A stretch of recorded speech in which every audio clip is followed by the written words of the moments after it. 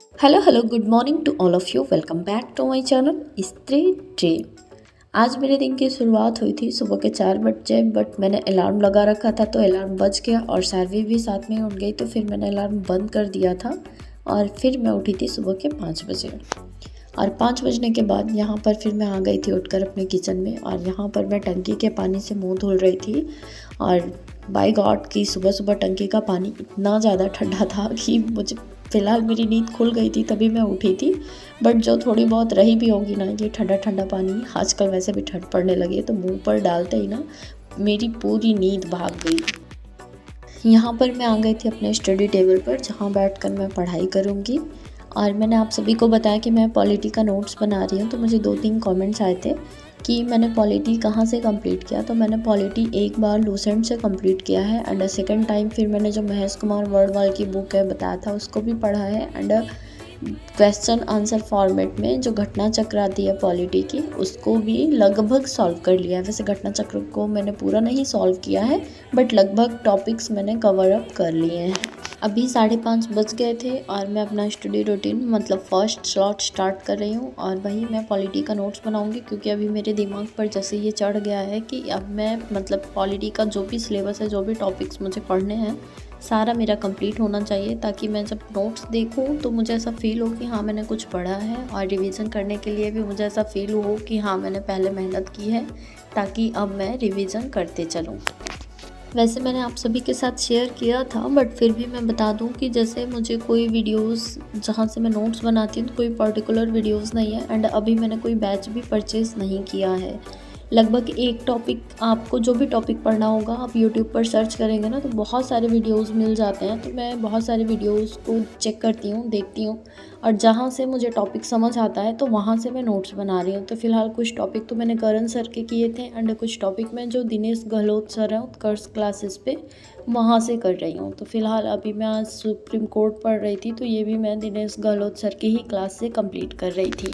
मुझसे किसी ने पूछा था कि आपका वीडियो देखती हूँ, सभी एक क्वेश्चन का जवाब दूसरे वीडियो में दीजिएगा। ज़रूर दे, प्लीज़, मैं वेट करूँगी।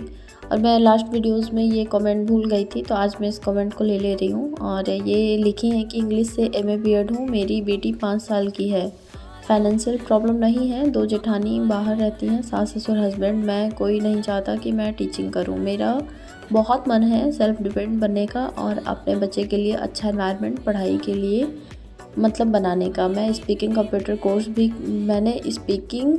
कोर्स भी किया है, विलेज से बिलोंग करती हूँ, पर अब मैं सिटी में रहना चाहती हूँ जॉब और बच्ची के लिए। दूसरा बच्चा करूँ अब या पहले सिटी में सेट होकर तब बेबी करूँ, प्लीज़ बताएं।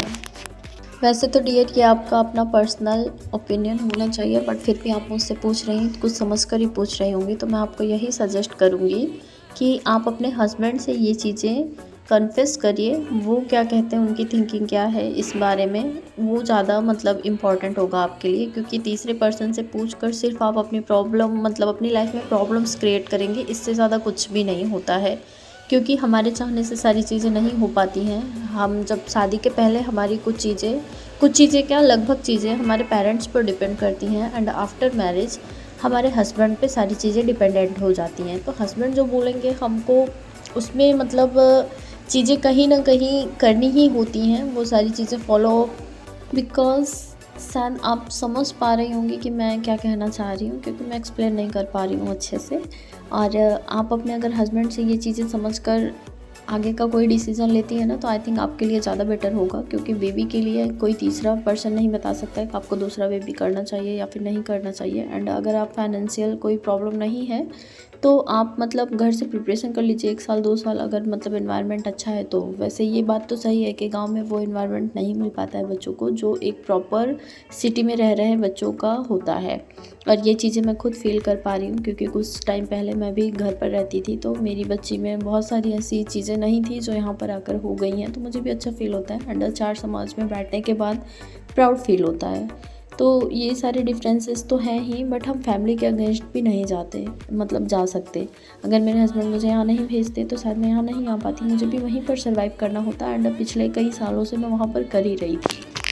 तो मेरे ख़्याल से आपको अपने हस्बैंड का भरोसा जीतना पड़ेगा एंड अपने हस्बैंड को आपको समझाना पड़ेगा कि आपके लिए एंड आपके बच्चे के लिए एंड आपकी फैमिली के लिए आगे चलकर क्या बेटर होगा, क्योंकि इसमें कोई भी डाउट नहीं है कि आने वाले टाइम पर गांव के बच्चे शायद सिटी के बच्चों के साथ कंपेयर ना कर पाएँ, क्योंकि बहुत ही अच्छी चीज़ें मतलब नहीं सिखाई जाती हैं। अब कितना भी अच्छा स्कूल खुल जाए गांव में, कुछ भी मतलब फैसिलिटीज़ मिल जाएं, बट एनवायरनमेंट वही हो जाता है। आप 4 घंटे 5 घंटे, बहुत ज़्यादा 6 घंटे के लिए स्कूल भेज सकते हैं बच्चों को, बट आने के बाद बच्चे घर में, ऐसा तो नहीं है कि आप कैद कर देंगे।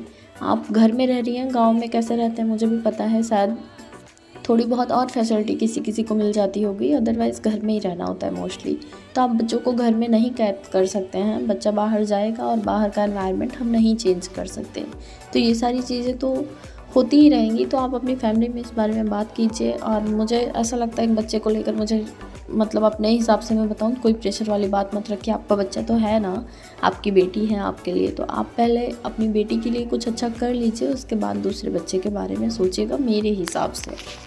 आई थिंक आपको कुछ सेटिस्फैक्शन वाला आंसर मेरी तरफ से मिल गया होगा एंड मैं अपने जो भी मेरे व्यूअर्स हैं, जो भी मेरी यूट्यूब फैमिली है, उनसे भी रिक्वेस्ट करूँगी कि इनके लिए ज़रूर आप लोग सजेशन दीजिएगा, क्योंकि कोई किसी से सजेशन तभी मांगता है जब उसको चीज़ें समझ नहीं आती हैं।